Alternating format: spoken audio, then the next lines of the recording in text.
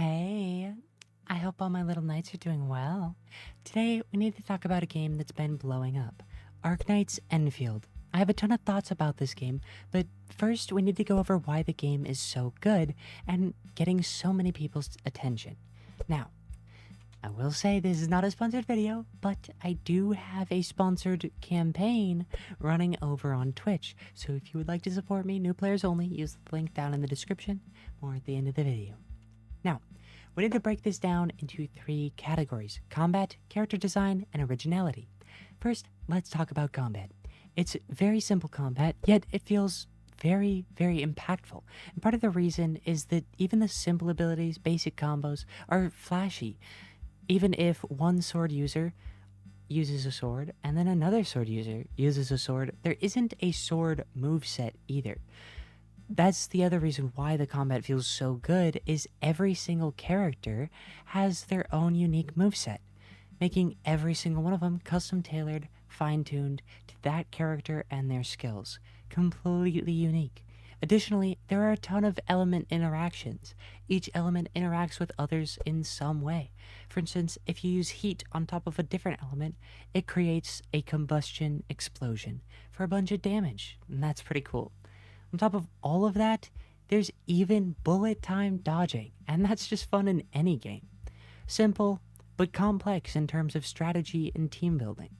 The best part is, they have a ton of tutorials explaining even the simplest of mechanics so you can really get to understand the game.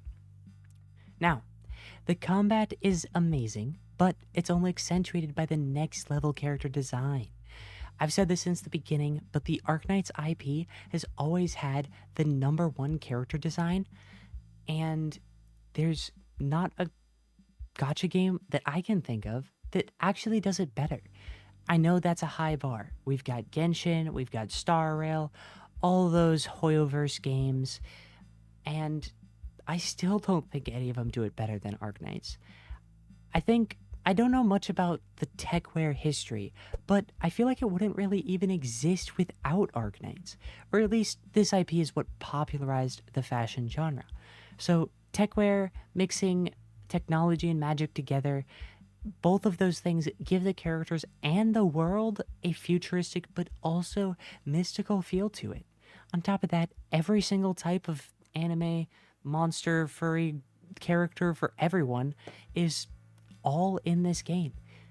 Finally, the push that really sets it apart from others is a lot of gacha games have a full female cast, and this game does not do that.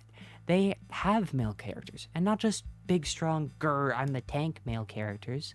More like there's cool, there's awesome, there's hot, there's cute male characters just as much as the females. There really is a character for everyone to like in this game.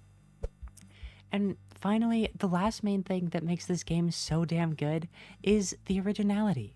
They have a great story, a very original world with tons of backstory. Then in terms of gameplay, the way they've done the factory gameplay, mixing it in with the exploration, gear acquisition, even quests, it feels genuinely like something completely unique from games like Satisfactory or even a typical RPG. I genuinely love the game, and there's so many things that they've done right.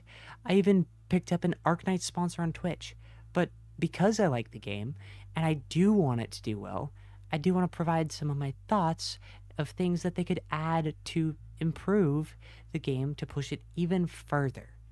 Now, first, we need a codex. There are so many things that they've done right, and I think that this is a basic mechanic or menu in every single game that has more than one character.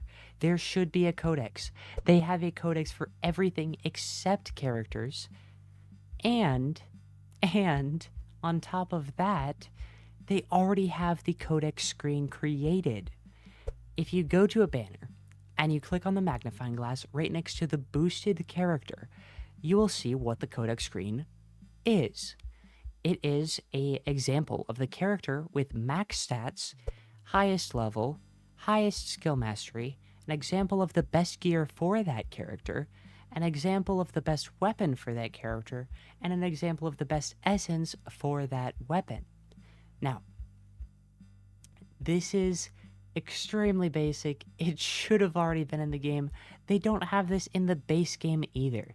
And by the base game, I'm talking about the mobile game. It wasn't there either, and it's not here in this one. So I don't really have hope, but there's not a good reason to not have it in the game. It kind of just feels icky that you can't look at what characters are in the game.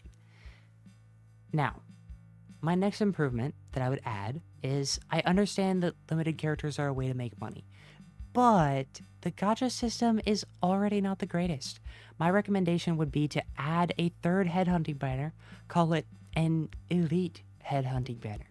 It costs double the gems of a normal 10 pull, but limited characters get added to it permanently 3 months later.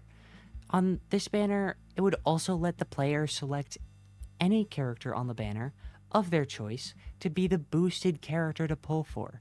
And if they change this, then it would just reset the pity for that banner. This also lets collectors like me and many others not feel like, one, we can never pull because what if something cool comes out, and two, eventually, if we play enough, we can at least have a chance at collecting everyone, or at least we don't have to spend a shitload of money to collect every character as they come out. We can wait, see what comes out, know that we can eventually get them later, and then at least not feel too bad that we don't have everyone, because we can at least kind of try to have a goal. Now, my next improvement would be just give us more gems from weeklies and dailies. It costs 5k gems for a 10 pull. With pure dailies and weeklies, you could maybe do a 10 pull a month. And yes, I know you get a ton of gems from other activities, but every single one of them is a first-time reward. First-time rewards run out. You get a ton of gems early on to get you hooked, give you a ton of pulls, and when you get late game, when you beat all this story, when you just have dailies and weeklies, you don't get any pulls at all. Any new characters that come out, you have to spend money on to get. And this is especially unacceptable when, one, the pity system is awful. 120 pulls? You'd have to save up for a year to pity one character. And characters release 3 at a time every 45 days. That's 110 pull per new set of characters. And if you need 360 pulls to pity all 3, you're not going to get all 3 unless you spend a lot of money, especially because the conversion rate for the premium currency to gems is pretty awful. You should at least be able to do 110 pull a week if you do all the dailies and weeklies every day and every week. If you need more money, don't use a predatory gacha system, please. Make a purely cosmetic skin and sell those for premium currency. That's how you can make more money. You already have a battle pass. You don't need the most predatory gacha system in the industry as well, because the rates are also the worst in the industry.